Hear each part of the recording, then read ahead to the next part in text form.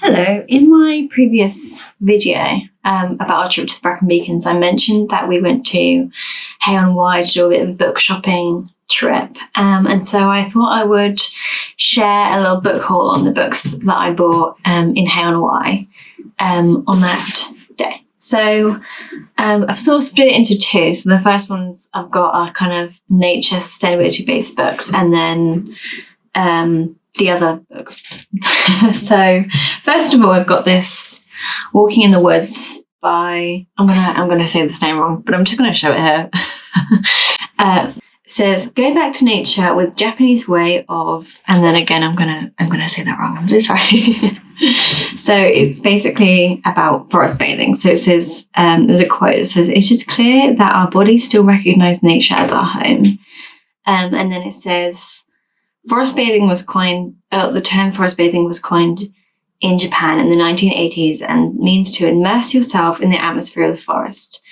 Trees hold a place in so many people's hearts, we instinctively know that we feel better in nature. Japanese professor and researcher Yoshifumi Miyazaki, offers a guide to the practice of forest bathing and the science behind it that reveals the healing power of trees. Discover the myriad of benefits that are gained from the gentle walk in the woods, from strengthening our immune system to immeasurably reducing stress levels and improving mood. That was the first one. I also got Braiding Sweetgrass by Robin Wall Kimmerer. It's about the indigenous wisdom and scientific knowledge and the teaching of plants. This one doesn't actually have a blurb. It has quotes, which is a little bit of an irk for me. I wonder if there's a...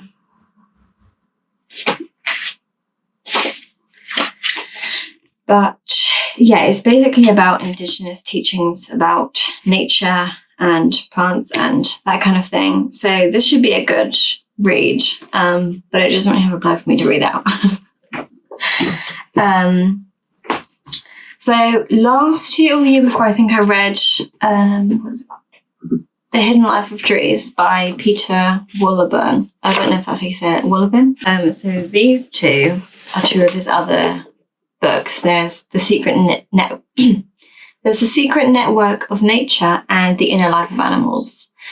So this one is about, it says, did you know that trees can influence the rotation of Earth, or that wolves can alter the course of a river, or that earthworms control wild boar populations?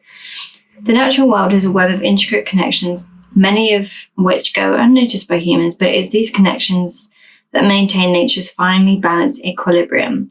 Drawing on the latest scientific discoveries and decades of experience as a forester, Peter Wohlleben shows us how different animals, plants, rivers, rocks, and weather systems cooperate, and what's at stake when these delicate systems are unbalanced.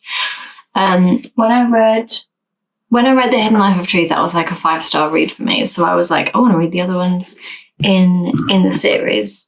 So I've got this one, and then the other one's The Inner Life of Animals, Surprising Observations of a Hidden World. Can horses feel shame? Do deer grieve? Why do roosters deceive hens? We tend to assume that we are the only living things able to experience feelings. But have you ever wondered what's going on in an animal's head? From the leafy forest floor to the inside of a beehive, the inner life of animal opens up the animal kingdom like never before. We hear the stories of the grateful humpback whale, the hedgehog who has nightmares, and the magpie who commits adultery. We meet bees that plan for their future, pigs who learn their own names, and crows that go tobogganing for fun. At last, we find out why wasps exist. So these 4 are some sort of nature, sustainability-based non-fiction books. And then there's also In Search of One Last Song by Patrick Galbraith, I think that's how you say it. This one's, I think it's maybe not, maybe this one's also non-fiction. It says, what would it really mean to lose Britain's birds, and who are the people fighting to save them? In Search of One Last Song blends conservation, folklore, history, and art as Patrick Galbraith travels to the countryside in search of the last nightingales, lapwings, capercaillie, and other iconic and once ubiquitous species. Along the way, he meets some remarkable people whose lives and livelihoods are bound up with fate of our native birds and a fascinating mix of farmers, artists, traditional craftspeople, conservationists, and poets. So that's that one. It says Britain's disappearing birds and the people trying to save them.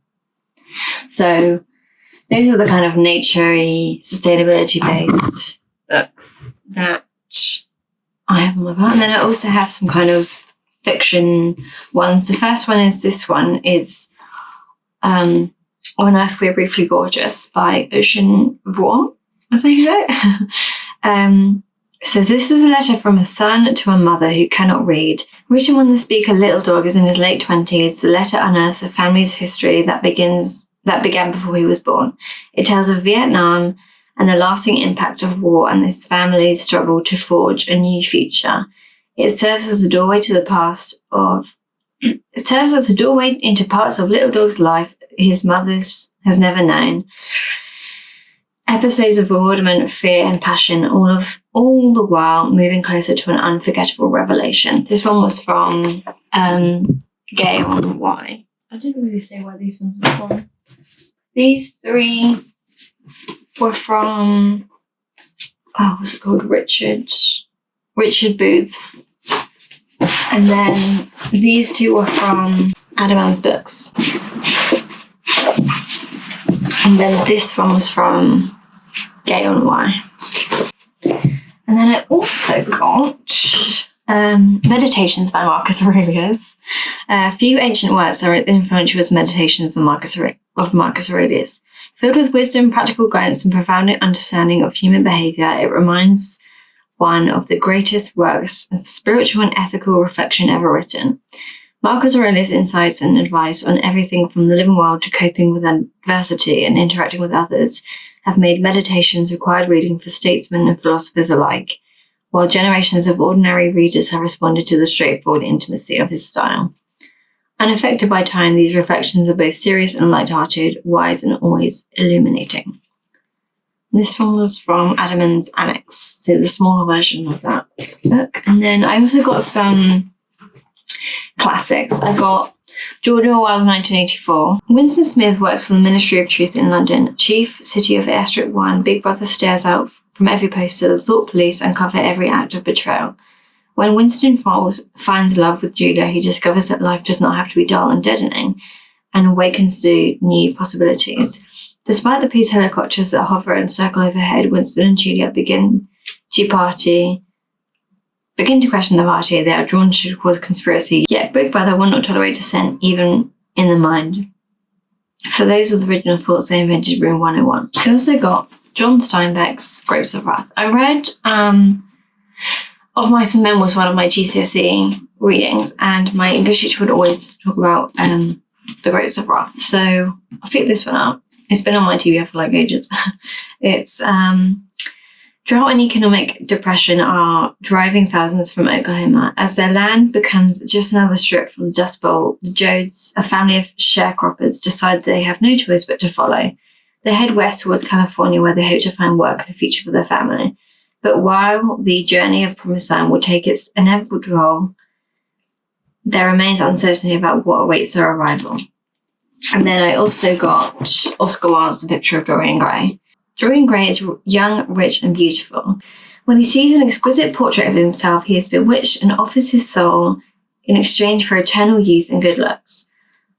Under the corrupting influence of his friend Lord Henry Wotton, Dorian becomes drawn to a double life, indulging in every desired secret world of pleasures in excess, while remaining the gentleman in the eyes of polite society. Only his portrait bears traces of his decadence. As Dorian's behaviour sinks further into debauchery and cruelty, the bargain he has struck looks set to destroy him. These ones were also from Adam's Annex. I can't remember if I said that.